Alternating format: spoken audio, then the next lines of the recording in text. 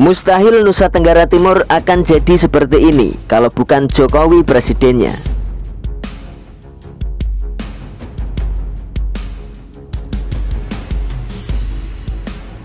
Dalam 4 tahun terakhir pembangunan Presiden Joko Widodo yang dicanangkan di wilayah timur Indonesia, hari ini sudah bisa dirasakan besar manfaatnya.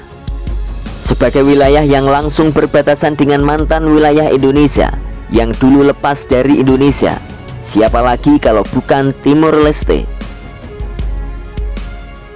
Tentu sebagai masyarakat Timur Leste dan Nusa Tenggara Timur, pasti sudah bisa menyaksikan dengan mata kepala sendiri bahwa Jokowi betul-betul memperhatikan Indonesia dari pinggiran. Sejak menjabat sebagai presiden, pembangunan jalan, jembatan, dermaga, pasar, dan pertanian, serta infrastruktur lain terus dikebut oleh Presiden Joko Widodo agar wilayah perbatasan Indonesia tidak ketinggalan dengan negara lain, khususnya di wilayah perbatasan timur Indonesia. Banyak sekali pembangunan infrastruktur yang sudah bisa dinikmati di Nusa Tenggara Timur ini. Namun salah satu karya Presiden Joko Widodo yang paling berkesan di wilayah ini adalah Bendungan Ragnamo dan puluhan embung yang tersebar di banyak di daerah Nusa Tenggara Timur.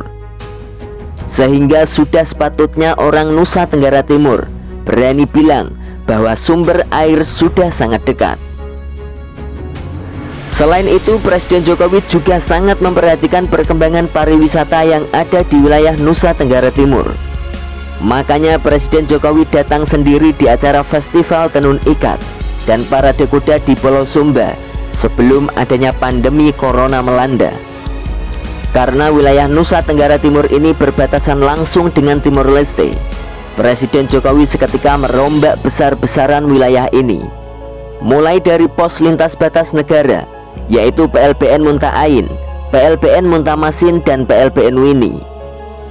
Ketiga pos lintas batas negara itu langsung menjadi pusat pertumbuhan ekonomi dan menjadi tempat wisata baru. Saat ini yang datang berwisata di perbatasan ini bukan hanya warga Nusa Tenggara Timur, namun juga banyak dari warga Timor Leste yang berkunjung ke perbatasan di wilayah Indonesia. Semua fasilitas yang dibangun Presiden Joko Widodo di wilayah Nusa Tenggara Timur ini adalah wujud nyata dari salah satu nawacita Presiden Jokowi, yaitu membangun Indonesia dari wilayah pinggiran.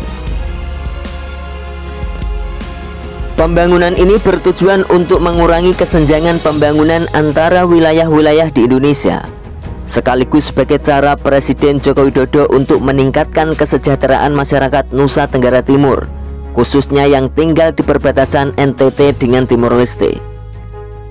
Mega proyek lain yang digarap Presiden Jokowi besar-besaran adalah mengubah total wajah Labuan Bajo di Nusa Tenggara Timur. Terkhusus wilayah Nusa Tenggara Timur di Labuan Bajo, Presiden Jokowi tidak main-main dalam menggarap lokasi pariwisata super prioritas ini.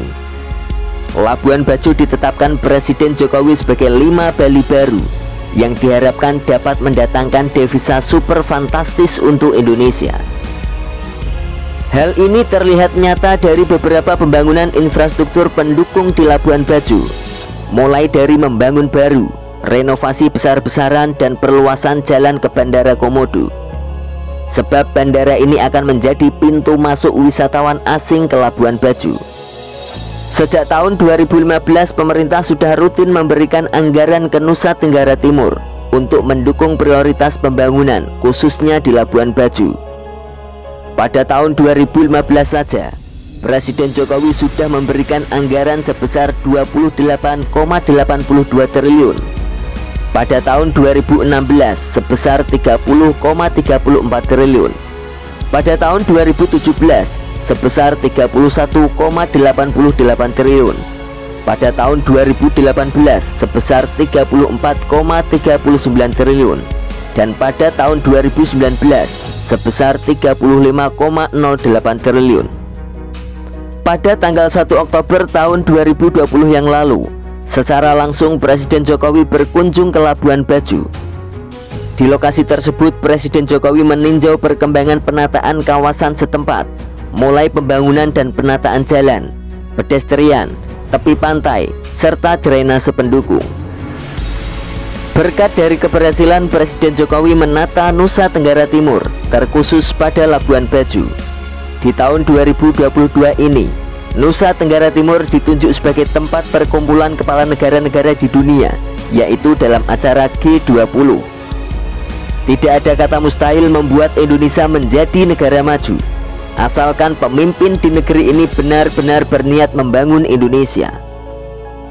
Nyatanya sejak Presiden Jokowi memimpin Indonesia, daerah di Indonesia yang sebelumnya tertinggal dan terpencil, hari ini maju pesat berkat pembangunan yang digencar oleh Presiden Joko Widodo.